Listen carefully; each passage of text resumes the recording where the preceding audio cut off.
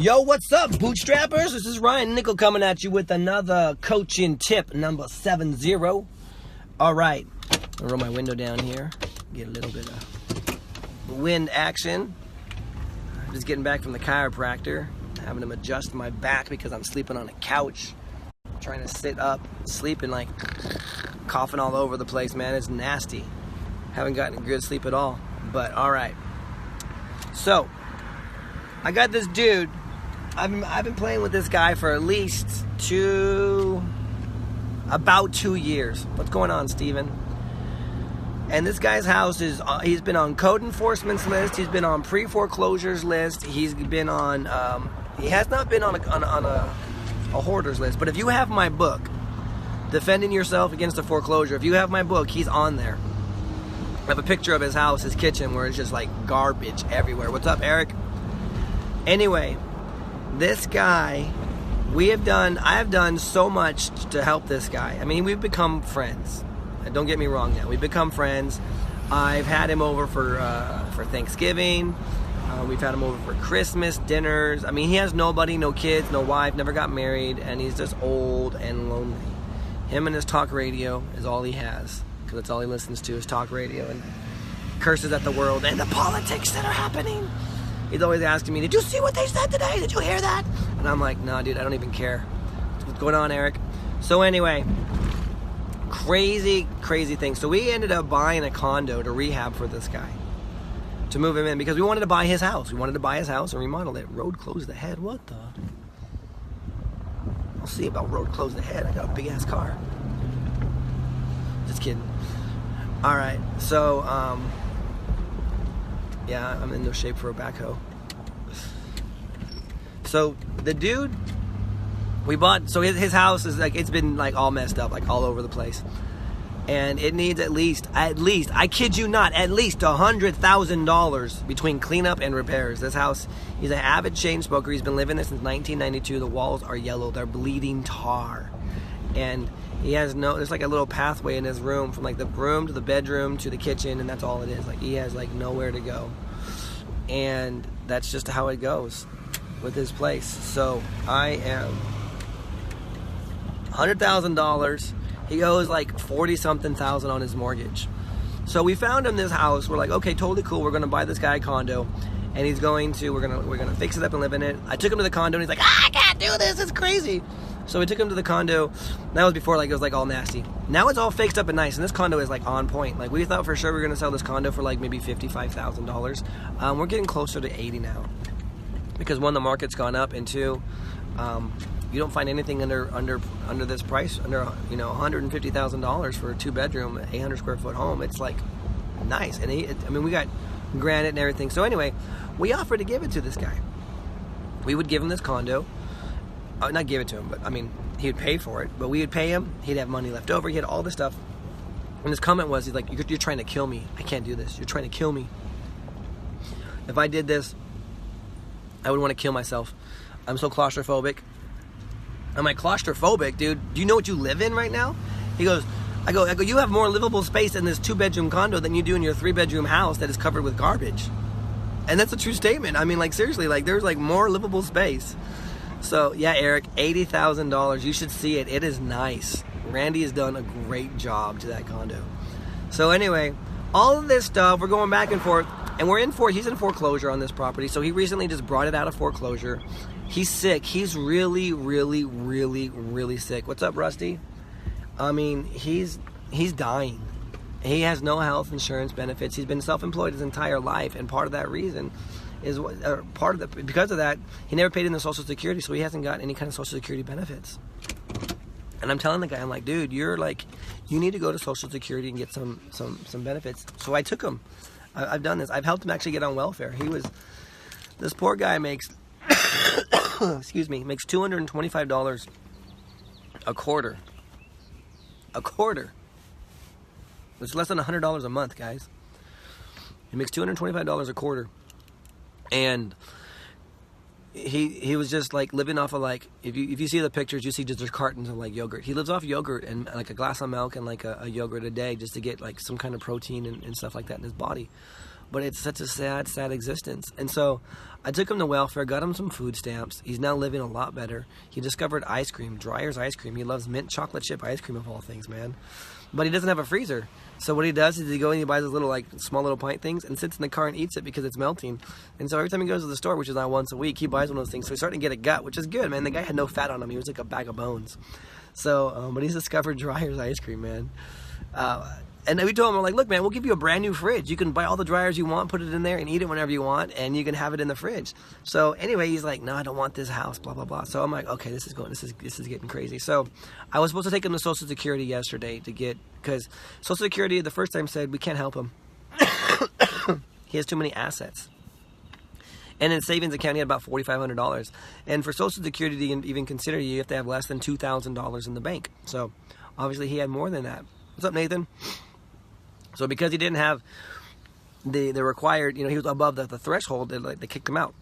So he was in pre-foreclosure. He was about $3,000 in the hole on a house that's all fixed up, could be worth roughly about $300,000, but it needs some serious work. I mean, he has a pool in the backyard. It's a nice pool. It's one of the biggest pools I've seen in the area, like a big pool. He has a huge double lot, so it's like perfect size for it. His pool has a big old fat palm tree growing through the middle of it, man. It's like this palm tree, like this huge, like, trunk is probably about as big as me, and it's like growing right through the middle of it. I mean, that's how bad this place is. And he has like 9 cars buried in the jungle in the backyard. Like, there's like just all kinds of just stuff all over it. So, that's right, man. Eric, that's how we do it, man. You got to take care of these people. And so, what happened was, yesterday he fell asleep. He couldn't make it. He's like, I couldn't go, man. I'm so sorry. I feel bad for standing you up. Apparently his leg is swollen so big, like, and I'm sure it's stress induced. And he keeps on bumping it on a board in his house, and he can't move the board because it's covered in like tons and tons and tons and tons of like garbage, most like VHS tapes from like Leave It to Beaver. Believe it or not, that's what he has. Like, he like loves beavers, the Cleaver, Mr. Cleaver, Joan Cleaver. So, and he keeps on busting it. Yeah, dude, straight up. Like, huge palm tree. Like, I could swing on a branch on it and like make it to the other side. I'd be like, woo, Tarzan across that thing. So, because he's under the $2,000 mark now, and he's like, I got it. He's like scared because he's been cashing out his what's up, Ian? His stocks checks to fund his living expenses, man. Mildred, it is a sad story. It is such a sad story. So he's just like, I don't want to live in this house. He's like, I would rather just die in my house. And I'm like, you know what? You probably are going to die in your house. And he's like, but that's all I want to do. I'm like, you know what? I can help you with this then, all right? So we were chatting yesterday, and he's like, I just, it's going to kill me to move. And now, if you don't know anything about hoarders, this is why I brought this up. So hoarders is a subset of OCD, of obsessive compulsive disorder. And when someone has this disorder, it's based on these fears, these thoughts of fears. Like when someone has OCD, they avoid certain behaviors not to be triggered. For example, if they're driving and they're driving and they're like going around a sharp turn and like, what if I just like floored it and like went straight through that barrier and like just killed myself? They're like, oh wait, I don't want to kill myself. What am I doing? I'm not suicidal. This is it. They pull over the car and they throw their keys out the window. Like, I'm not driving ever again. They like avoid these things because they don't know how to deal with those thoughts that are just normal, random thoughts. That doesn't mean anything at all. So when someone is a hoarder, they acquire all of this stuff that they either do it one of two ways. One, I'm kind of a hoarder, man. When it comes to property, I'm a property hoarder, man. I'm looking for the best deal out there. So I grew up going to garage sales.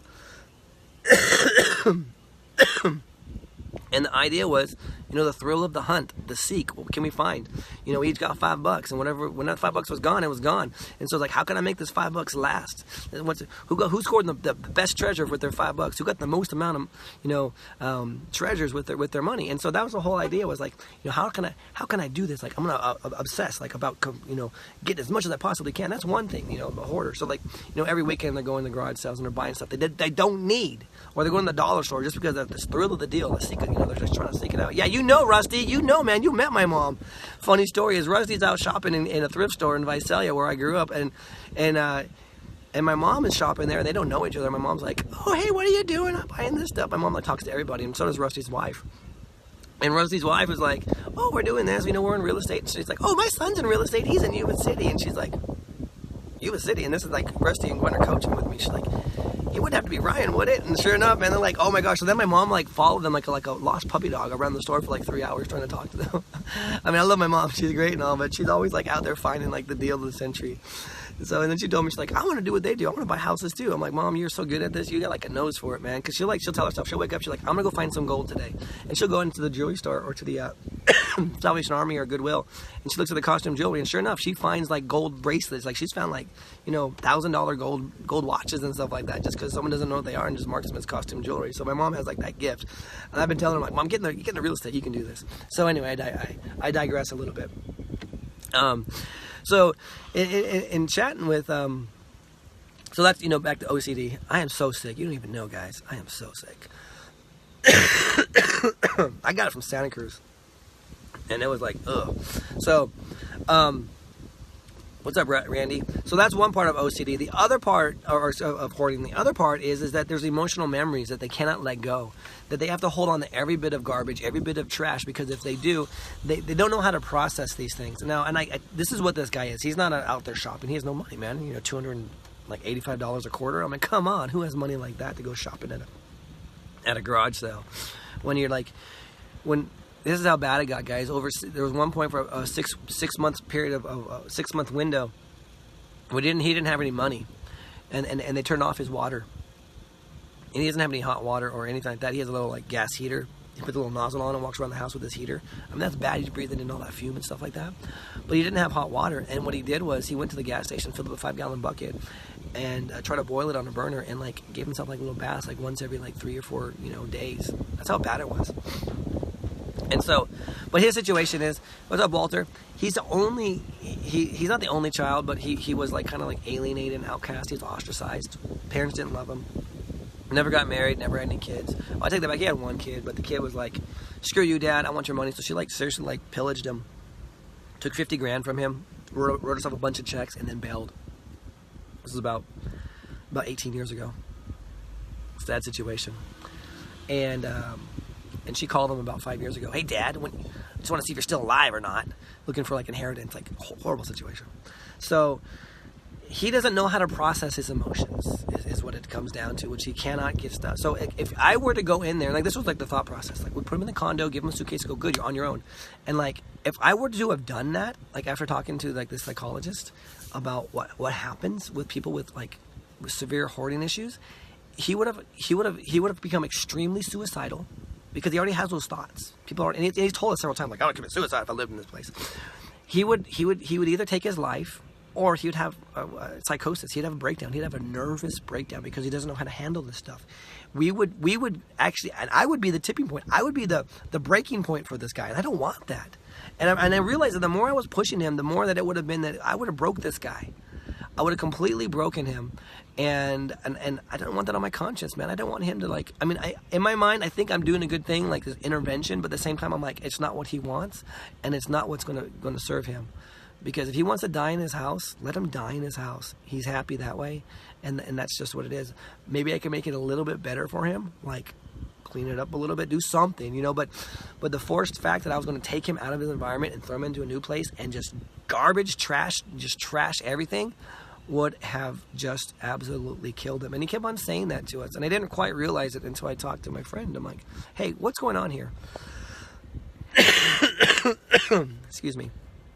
So anyway, in talking back to him, I said, he's like, look, I just want to die here. I just want to stay here. I go, great, you know what? We can make this happen. And the house will either end up going back to the bank because you can't make the payments, or it'll go to the tax sale because you're behind on your taxes. But when you die, the state's going to get it. He's like, well, no, I don't want the state to get anything. I'm like, great. The only thing you can really do is to put this house in a trust. Put this house in a trust, and then that way, when you die, it doesn't go to the state. It goes to whoever your successor beneficiary is. He's like, you'll be the beneficiary of the trust. You'll be the trustee of the trust, but you also need to have a successor beneficiary. And I knew where I was going with this. He's like, well, I'd want you, Ryan, to do that. You've helped me so much here. I'm like, oh, I'd be honored, Stephen. Oh, just told you his name. So, but I knew exactly where I was taking this conversation with the guy. He's like, yeah. He's like, but I don't know anything about trust. I'm like, well, lucky for you, I do. I'll go ahead and draft it up. I'll make you the beneficiary and the trustee, and then I'll make myself the successor beneficiary. And I'll make it so that, you know, you live in this house. And if we need to catch up those taxes, that's fine. Like, now I have a vested interest. Now I'm going to make sure these taxes we're not going to go to a tax sale. We're not going to get behind on our mortgage again. I already have a I already have a power of attorney from him financially. I have his financial power. Every deal or possible deal. I don't know quite what that means, Randy. So I'm drafting up a land trust here. I'm going to put myself as a successor beneficiary. Like I said, I already have a financial power of attorney for this gentleman. So if at any time I need to step in to save this property, which now would be in my best interest, because I have, when he passes, whenever that may be, it may be in a year from now, it might be like 15 years from now. Okay, that's probably not true. This guy's really bad off. But I mean, he may still have a couple more years left. So, but that's how you handle the situation. That's where you got to understand what's really going on behind the scenes. You know, there's a good reason for people to buy, and then there's a good reason for people to sell, and then there's the real reason for people to sell. And until you discover what that real reason is, you're not really helping anybody. And, you know, there's no real reason for him to sell. The only thing he's trying to do is avoid losing his property.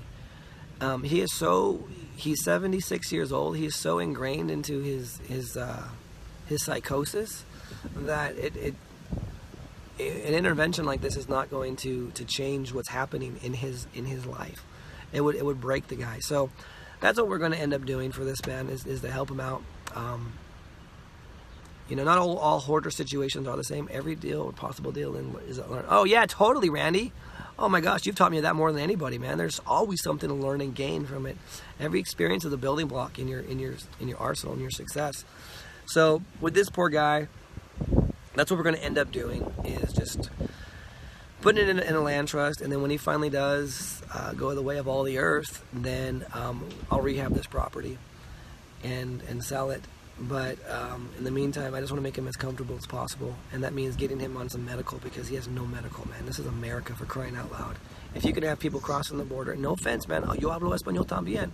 If you got people crossing the border and they can get free Medicare or medical information, why can't this guy who's been here this entire life, who's dying slowly, and there's nothing that supposedly there's nothing that people want to help him with, because he's not medicated. I told him, I'm like, dude, go to the hospital, for crying out loud. So anyway, I've been getting blown up here on texts and also on voicemails, but I wanted to share this critical piece of information for you, because you're all going to run into someone someday that is a hoarder, and I want you to understand the critical nature of this piece, that you got to find out what kind of hoarder they are. Are they a hoarder because they just love to go and buy and shop and collect stuff?